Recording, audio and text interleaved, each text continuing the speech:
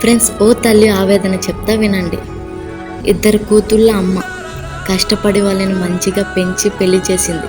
కానీ ఆ అమ్మ కష్టపడలేని ఏజ్ వచ్చాక కూతుళ్ళ దగ్గరికి వెళ్తే అల్లుళ్ళు ఇలా అన్నారంట, నీ కూతుళ్ళకి అన్నం పెట్టడమే కష్టం అంటే మళ్ళీ నీకు కూడా పెట్టాలా అని.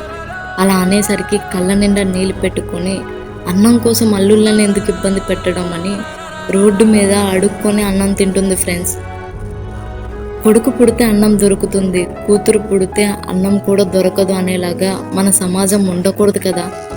అత్తలో కూడా ఓ అమ్మని చూడాలి ఫ్రెండ్స్. వయసు అయిపోయిన వాళ్ళని అలుసుగా చూడకండి ఫ్రెండ్స్.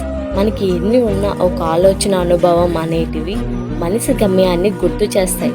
అలాంటి అనుభవం ఉన్న పెద్దవారికి అన్నం పెట్టి ఆదుకోవడం మన అదృష్టం. దయచేసి అన్నం పెట్టండి ఫ్రెండ్స్, ప్లీజ్.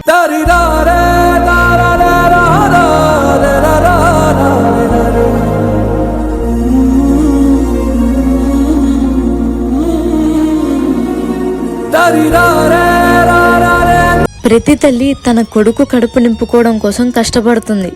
కానీ అదే కొడుకు తల్లి కడుపు నింపాల్సిన టైం వచ్చినప్పుడు కొడుకు మాత్రం రోడ్డున పడేస్తున్నారు.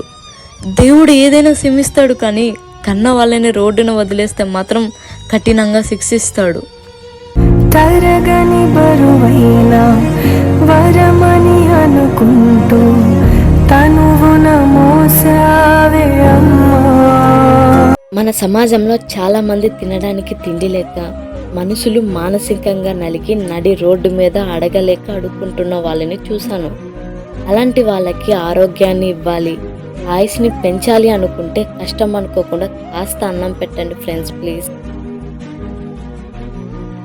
ఈ ప్రపంచంలో ఆకలి, అన్నం అన్నిటికన్నా అత్యవసరం. కడుపు నిండగా తినాలి అన్న ఆశ ఉన్నా అన్నం పెట్టేవాళ్ళు లేక నరకం అనుభవించేవాళ్ళు మన చుట్టూ ఎంతో మంది ఉన్నారు. అలాంటి వాళ్ళకి అన్నం పెట్టి మేమున్నాము అని చెప్పి వాళ్ళ బ్రతుకు మీద ఆశ నింపండి ఫ్రెండ్స్, ప్లీజ్ ఫ్రెండ్స్.